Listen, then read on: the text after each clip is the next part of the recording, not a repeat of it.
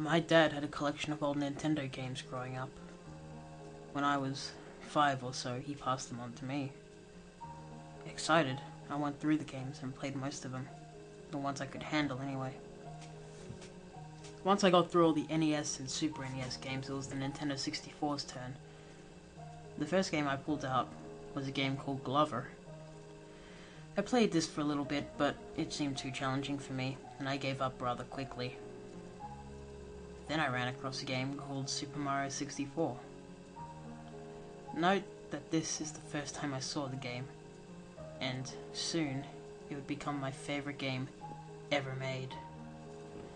I was in love with this game, and just for starting, that really said something. The cartridge had a little wear and tear, but nothing noticeable. I popped it in and started playing. The game played great with only a few bugs and glitches, which was common for Nintendo 64 games. I played for about 2 weeks, making it past the first 2 Bowsers. I moved on to the 3rd floor.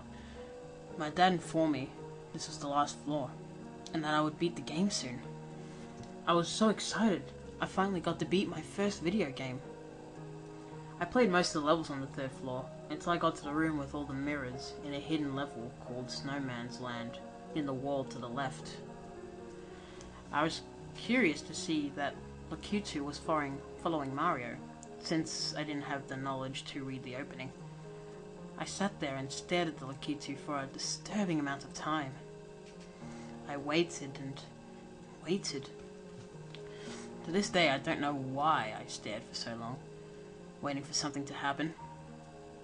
As I finally gave up, I ran into the painting to finish a couple of the stars. However, after finishing each star, you would always be shot back out of the painting into the same room as before. Each time after getting the stars, I would sit there staring at Lakitu, waiting in agony for something that would never come. One time, while I was staring Lakitu down, my older brother walked in, curious of what I was doing. After a few minutes, he grew anxious and grabbed the controller. I snatched it back and yelled, "No!" Being a little shocked, he left the room. I knew that I'd played too much and I needed to take a break. That same night, I'd come back to play the game again. Again, staring Lakitu down. This time it was much longer, waiting for about half an hour. Just standing, staring, moving the controller ever so slightly to wake Mario up from his naps. Then, finally, after days of torment, I found something. A faint whiteness behind Mario, and Lakitu appeared. At first I thought it was just me, but then it started to form into a boo. Specifically, the one in the courtyard that you had to stomp on to get to Big Boo's haunt. I was satisfied that I had found something, so I ran to grab something to document it on. Right before I got up, I paused the game so nothing would happen while I was gone. As I started to walk away, the game unpaused. I sat back down, controller beside me. The boo inched ever so closely towards Mario.